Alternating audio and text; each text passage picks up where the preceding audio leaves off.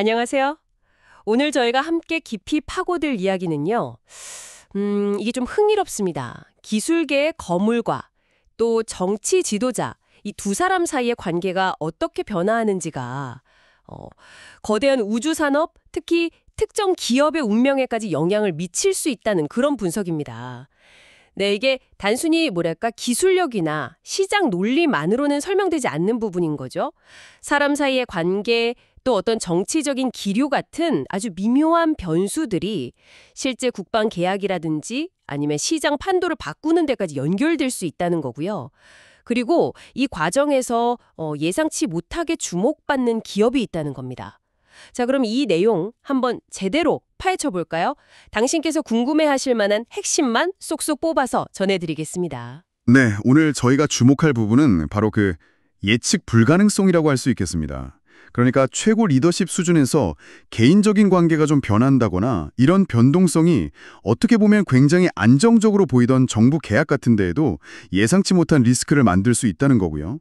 더 나아가서는 우주 발사체 같은 첨단 기술 분야, 이 전체 판을 하룻밤 사이에 바꿀 수도 있는 그런 시나리오로 한번 들여다보는 거죠. 역시 핵심 인물은 일론 머스크 그리고 트럼프 대통령인데요. 아시다시피 과거에는 그래도 꽤 우호적인 관계를 보여줬었잖아요. 네, 그랬었죠. 그런데 최근 들어서는 이 둘 사이는 좀 거리가 생긴 것 같다 이런 시각이 나오고 있습니다. 예를 들면 머스크가 특정 정치적인 사안에 대해서 예전과는 다른 입장을 보인다거나 이런 것들이 배경으로 언급되기도 하고요. 네, 여기서 이제 제시되는 분석의 핵심은 뭐냐면요. 이런 종류의 긴장감이 그냥 정치적인 말싸움, 수사로 끝나는 게 아니라는 겁니다. 이게 스페이스X 같은 정말 거대한 기업의 핵심 사업, 특히나 막대한 예산이 들어가는 국방 관련 계약을 따내는데 실질적인 영향을 줄 수도 있다. 이런 가능성을 제기하는 거죠. 아, 그럴 수도 있겠군요. 네. 그리고 흥미로운 표현이 하나 등장하는데요. 골든돔이라는 말이 나옵니다. 이게 아마도 미국의 어떤 우주 기반 방어 시스템 구축 프로젝트, 예를 들면 궤도상의 위성 방어망을 구축한다든지 하는 아주 큰 규모의 국책 사업을 비유하는 걸로 보여요. 이스라엘의 그 아이언돔 아시죠? 그것처럼 국가안보의 아주 핵심적인 프로젝트일 텐데 이런 중요한 사업 결정에 정치적인 기류가 영향을 미칠 수 있다. 이런 분석인 거죠.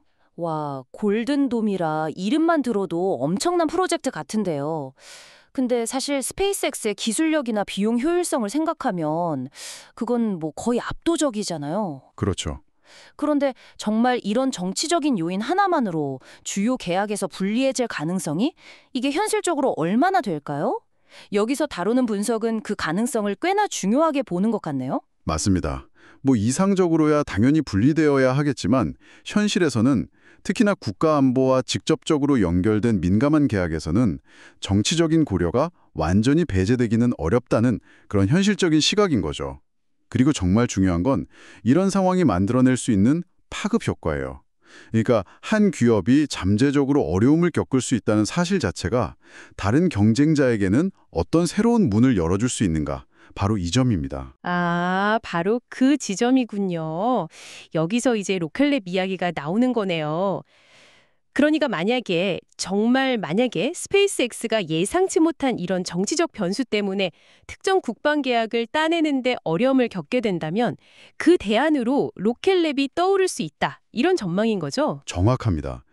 로켓랩은 스페이스X하고는 또 다른 아주 확실한 강점을 가진 기업이거든요. 특히 그 소형 위성들을 고객이 딱 원하는 특정 궤도에 아주 신속하고 정확하게 배치하는 능력. 이런 맞춤형 소형 발사 시장에서의 이미 검증된 기술력, 그리고 유연성, 이게 로켓랩의 핵심 경쟁력이라고 할 수 있습니다. 맞아요. 그 소형 발사체 시장에서는 이미 독보적인 위치를 가지고 있다고 봐야죠. 그렇죠. 그리고 미 국방부나 아니면 새로 생긴 우주군, 스페이스 포스, 또 미 국방성의 첨단 기술 연구 기관인 DARPA 같은 곳에서는요. 이 발사체 공급처를 한 군데만 의존하는 걸 굉장히 경계합니다. 안보 위험을 분산시키려는 그런 전력적인 필요성이 항상 있거든요. 이런 맥락에서 볼 때 스페이스X 외에 다른 믿을 만한 대안을 찾게 된다면 이미 여러 번 성공적인 발사 이력을 가지고 있고 또 안정성을 입증한 로켓랩은 굉장히 매력적인 선택지가 될 수밖에 없다는 거죠. 와, 듣고 보니 그러네요. 이게 단순히 뭐 기술 경쟁의 문제가 아니라 안보 전략 차원에서도 로켓랩에게 기회가 될 수 있다는 거군요. 결국 스페이스X에게 혹시라도 어떤 난관이 생긴다면 이게 역설적으로 로켓랩에게는 국방 분야에서 입지를 정말 획기적으로 넓힐 수 있는 그야말로 골든 티켓이 될 수도 있다. 뭐 이런 이야기로 들리는데요. 네, 그렇게 해석될 여지가 충분히 있죠. 로켓랩의 그동안 쌓아온 기술적인 준비 상태나 시장에서의 신뢰도 이런 것들이 이런 잠재적인 기회와 딱 맞아 떨어지면서 엄청난 시너지를 낼 수 있다는 그런 기대감이 느껴집니다. 이 분석에서는 로켓랩에 대한 긍정적인 전망을 상당히 부각하고 있는 것 같아요.